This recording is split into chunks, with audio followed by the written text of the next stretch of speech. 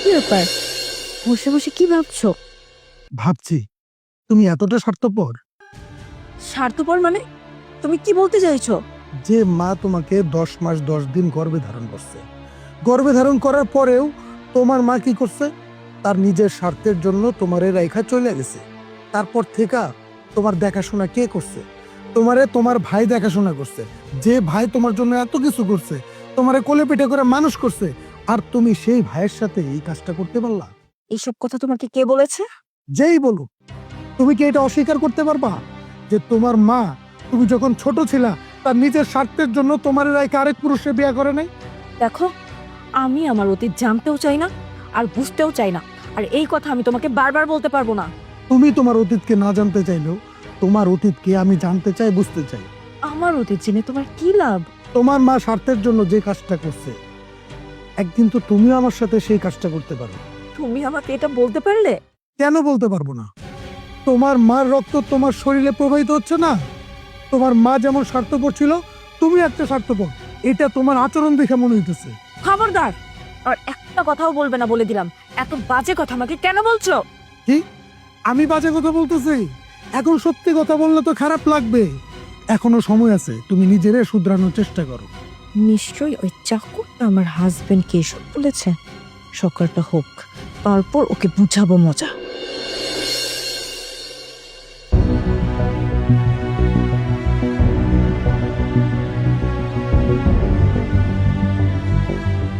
কিরে সৈকত, তোর মন খারাপ কেন? তোর বোন কি ঢাকায় চলে গেছে নাকি? না স্যার, কখনো যায় নাই। তাহলে মন খারাপ কেন?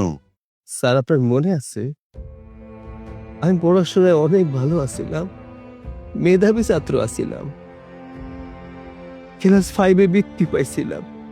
আপনি আমারে কইছিলেন, সৈকত তুই কিন্তু পড়াশোনা বন্ধ করিস না। আমি আমার বোনটার মুখের দিকে তাকাই আমার পড়াশোনা সব বন্ধ করে দিছি। হ্যাঁ, তাই তো, তুই মেধাবী ছাত্র ছিলি। স্যার, আপনারা তো জানেন আমি আমার ছোট বোনটাকে কতটা ভালোবাসি। আমার ছোট বোনটার জন্য আমি কি না করছি। ওর সুখের জন্য আমি সব কাজ করছি। দূরে টাকা পাওয়া যাবে এমন কাজ থাকলে সেটা করছি। আর আজকে আজকে আমার ছোট বোন আমার সাথে টাকার গরম দেখায়। তাই নাকি? অসা ওই আমার মুখের মধ্যে টাকা চুইয়া মাইরা কয় আমার ঋণ নাকি শোধ কইরা দিব। আরে আমি যদি টাকার কথা চিন্তা করতাম তাহলে তো জীবনে অনেক টাকা ইনকাম করতে পারতাম। আসলে কি বলবো, তোর কষ্ট পরিশ্রম সব অনার্থক হয়েছে। তোর বোনটা মানুষের মতো মানুষ হতে পারেনি। আমার খুব কষ্ট লাগে স্যার। আমি আমার বোনটারে নিয়ে অনেক স্বপ্ন দেখছিলাম, আমার সব স্বপ্ন বাইঙ্গা চুইরা চুরমার হয়ে গেছে। তোকে আর কি বলবো সৈকত, ও তো আমাকে সম্মানই করে না। ওর সঙ্গে যদি আবার কথা বলতে যাই তাহলে আমি অপমান হব, আমার মান সম্মান থাকবে না। তাই আমি আমার নিজের সম্মান বাঁচাতে দূরে থাকি। শোন, ওই বাড়িটা ছেড়ে দিয়ে তুই গাছতলাতে থাকলেও অনেক শান্তি পাবি। আমি পারুম না, আমি পারুম না আমার বোনের ছাড়া থাকতে। যারে ছাড়া আমি একটা মিনিটও থাকতে পারি না, যারা না দেখলে আমার বুকের মধ্যে ছটফট করে। আমি তারে ছাড়া কেমনে থাকবো? সৈকত, এই সৈকত, কোথায় তুই? তাড়াতাড়ি এদিকে আয়। বোন ডাকছস আমারে? বোন? কে তোর বোন? আমি তোর কেউ না। আর তোরা দুজন আমার বাসায় থেকে আমার স্বামীর কাছে আমার নামে বিচার দিচ্ছিস?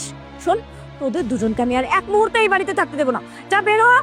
বোন, তুই ওসব কি কইতাছস? আমাকে যদি বাড়ি থেকে বাইর করে দেস আমরা কই যামু? মাথা গোজার মতো তো কোনো ঠাই নাই আমগো। বাস, আমি আর কোনো কিছু বুঝতে চাই না। আমি আমার বাড়িতে তোদেরকে এক মুহূর্ত রাখবো না। যা বের হচ্ছে। মুনা, তুমি ভুলে যেও না এই মানুষটা তোমার বড় ভাই। তুমি তোমার ভাইয়ের সাথে এরকম ব্যবহার কিভাবে করছো? আর একটা কথা মাথায় রাখো, তুমি যেমন বাপের বেটি, আমার স্বামীও কিন্তু বাপের বেটা। এই বাড়িতে তারও সমান অধিকার আছে। অধিকার? কিসের অধিকার? তুই হয়তো বা ভুলে যাচ্ছিস, তোর স্বামী যখন অসুস্থ ছিল তখন এই বাড়িটা আমার কাছে বিক্রি করে দিয়েছিল, আর বাড়ি বিক্রি সেই টাকা দিয়ে চিকিৎসা করিয়েছিল। তাহলে এই বাড়িটা আমার না? এখানে তার কোনো অধিকার নেই। আর তোদের ভালোই ভালোই বলছি, এক্ষুনি এই বাড়ি থেকে বের হয়ে যা, না হলে কিন্তু তোর খবর আছে বলে দিলাম। যা। আমি চলে যাইতেছি বোন।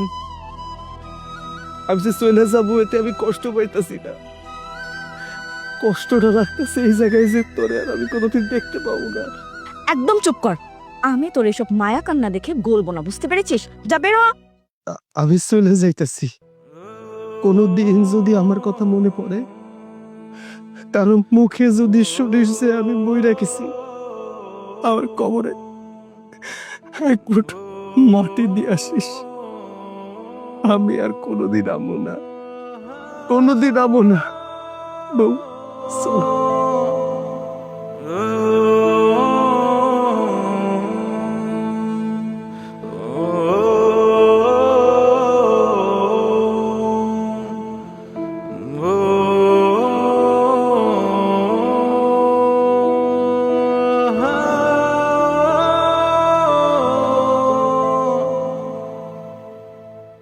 আরে সৈকত ভাই, এই ব্যাগপত্র গুছিয়ে কই যাচ্ছ? চলে যাইতেছি, আমরা গ্রাম ছেড়ে চলে যাইতেছি। কি বলো, তুমি গ্রাম ছেড়ে চলে যাচ্ছ কেন? আমি আমার বোনের সুখের লেগে গ্রাম ছেড়ে চলে যাইতেছি। তোমরা আমার বোনের একটু দেখা রাখো। আমি তো দূরে চলে যাইতেছি, বোনের খোঁজ নিতে পারুম না, চাইলেও খোঁজ পামু না। তাই কই কি তোমরা একটু দেখা রাখো আমার বোনটারে। ও, বুঝতে পারছি, তোমার সৎ বোন তোমার বাড়ি থেকে বাড়ি করে দিছে। আরে না, আমার বোন বাইর করে দিব কিসের জন্য? আমরা তো এমনিতেই চলে যাইতেছি। আর কত মিথ্যা কথা কইবা? নিজের সৎ বোনের জন্য আর কত মিথ্যা কথা বলবা তুমি? সৈকত ভাই, আমি জানতাম তোমার সৎ বোন একদিন তোমাদের বাড়ি থেকে বাড়ি করে দিব। তো সমস্যা নেই, তোমরা চাইলে আমার বাড়ি থাকতে পারো। আরে না না, আমি এই গ্রামেই তো থাকতেছি না, তোমগো বাড়িতে কেমনে থাকবো? আমি তো আসলে একটা চাকরগিরি করা শেষ হয়ে গেছে। এই গ্রামে আমার আর কোনো কাম নাই, তাই আমি আর বউ গ্রাম ছেড়ে চলে যাইতেছি। চলো বউ, ছিলাম।